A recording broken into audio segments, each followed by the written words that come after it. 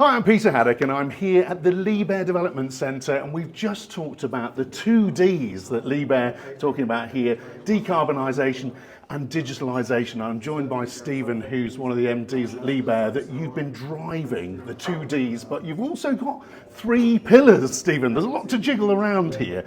But really important, isn't it, the two topics of decarbonisation, digitalisation, and they work together to deliver better outcomes, don't they? Yep, absolutely. I think decarbonisation and digitalisation are probably the two biggest mega trends that we're working on right now across the Liebherr Group.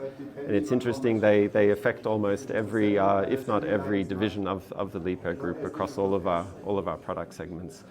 And one of the things that really struck me was as how you're now with this centre. It's got nearly 100 people working here, folks. A startup of, July 2020 when it actually started, really scaled here in a technology area as well in Germany and Ulm, is that it's every part of the business. So it's from the repairs, it's from the reman, it's all the way through to new equipment and then new technologies and alternative fuels and things like that.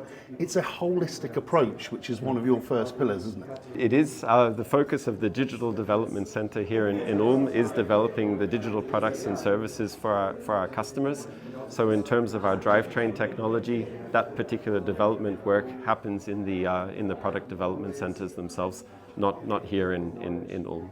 We talk about data a lot in the industry, but actually you talked earlier about actually useful information and insights. It's not about data anymore, isn't it? It's about what we can do with it. I agree. I think the important thing about the data itself is how we manage that. So we need to be completely transparent and open with our customers about what we do with the data that's coming from their processes, from their machines. But the data itself, I think, isn't adding too much value anymore. The focus really needs to be on how we can analyze that data and how we can turn that data into actionable insights, which help our customers to improve their efficiency, improve the safety, improve the operation of their equipment. This is Liebherr almost becoming an industry consultant to their own customers and showing data across all of the global equipment fleets that you now collect information on, and showing trends and showing how you can actually make improvements. Even the 1% all adds together, doesn't it? I think that's really an area where we can add a lot of value. If we can look at the data from a fleet perspective, if we can aggregate that and analyze it at the fleet level, then we can conduct benchmarking, we can offer our customers insights that say, okay, maybe you're not using your Liebherr machine in the way that it could be used to get the full potential out of it. And then we can consult with our customers to say exactly what they could improve in order to do that. And I think what's really important about today is that we start a press conference without a machine in sight, because that shows how big the investment's been in the digitalisation journey. But it also looks at this decarbonisation pictures. You've talked to me earlier about reman.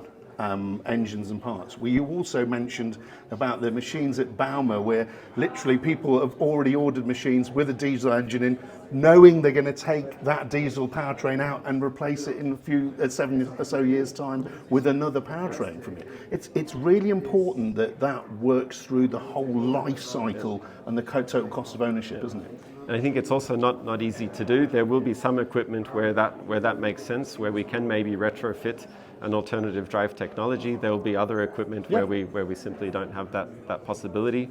But I think the key thing is that the economic life of a lot of our machines is very long. We're talking 10, 15, 20 years plus when you get into some of the mining equipment. So that's a long period of time for the customers to still be owning a machine with a diesel combustion engine inside. And I think the other interesting point there is that this is where the drop-in replacement, low carbon alternative fuels such as HVO, maybe e-fuels in the future, can play a big role, because the customer will own a lot of equipment with a combustion engine in it for the coming decades, whether we like it or not, and we still need a solution to decarbonize the installed fleet.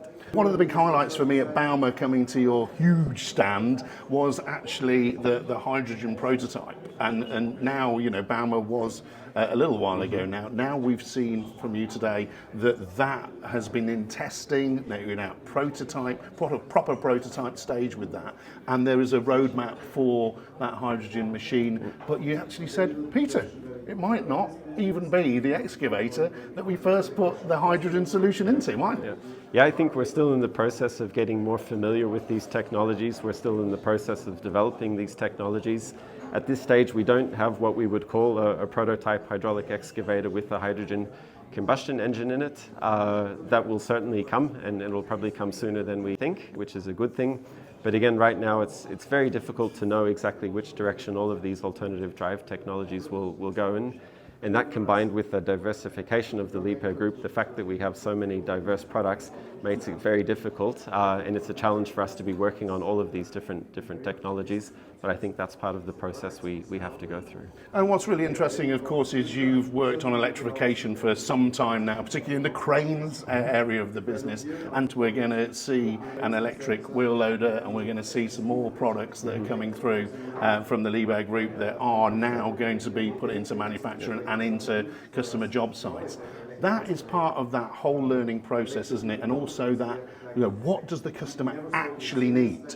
When all your analytics and how your machines are used. It's important to get a product not just rushed out there, but actually a product that is fit for the type of usage your customers want to do, isn't it? And I think that's another area where the topics of digitalisation and decarbonisation come together. Yeah. A lot of the data, a lot of the analytics that we have from our machines with their conventional drivetrains, we're using that in order to determine what is the best alternative drive solution for our new equipment. So when we're dimensioning the size of the battery for a machine, we don't simply take the power requirement from the diesel version and say that's the size battery that we need. We look at how the machine is being used in terms of the data that we have on the machine, and then we use that to determine how can we optimize the size of the battery or the type of the powertrain.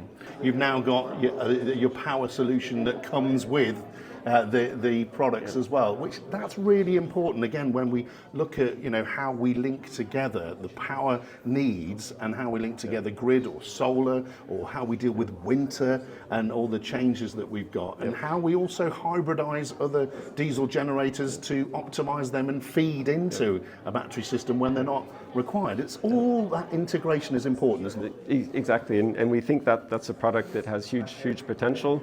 We're starting with a relatively small battery, but that can be scaled up.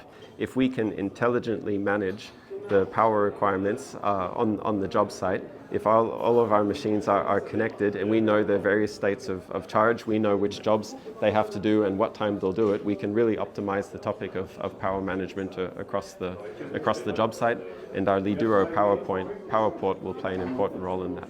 And there's where all of that information comes in. It's almost like saying, where are we refueling first? Who's being optimized on the job site? How are we taking that energy and making it right there at the point of use? So with that battery system, where should it be?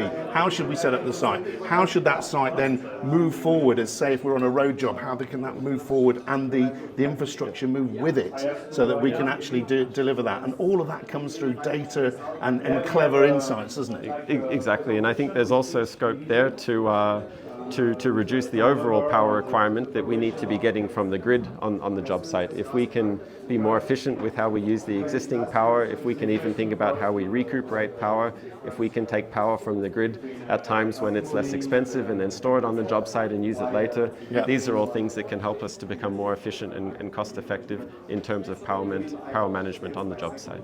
So we are going to see some equipment, folks, because Liebherr makes a lot of equipment, but Liebherr's stressing today 50 years that they've been bringing the press, at my first press conference with Liebherr, how they're moving forward and optimizing everything, but just utilizing things that are designed fit for purpose by your own teams across the whole Liebherr platform. So it's not a bespoke system for cranes, it's not a bespoke system for wheel loaders. The whole data management and everything like that is done in a cohesive way across the business.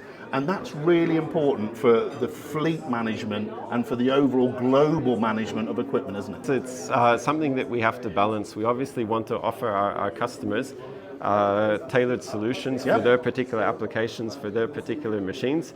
But at the same time, given the diversity of the products and equipment that we have, there is a level that we really do need to standardize on. And I think in the area of digitalization, there is scope for standardizing a lot of things, but also then offering our customers specific digital solutions which help them with their products and their applications. And it also helps them report to their customers, folks, because more and more customers out there want to know what the carbon impact is of equipment on their job sites, and we'll see the growth of electrification because of that, with local councils, you said, that are saying, look, we want, you know, a zero emissions at point of use. There's so much going on here, folks. There is a lot more content coming from this, but we're starting here now, and it's great to see the two Ds at the forefront of this press conference: digitalisation and decarbonisation. Thanks very much. Thank you, Peter.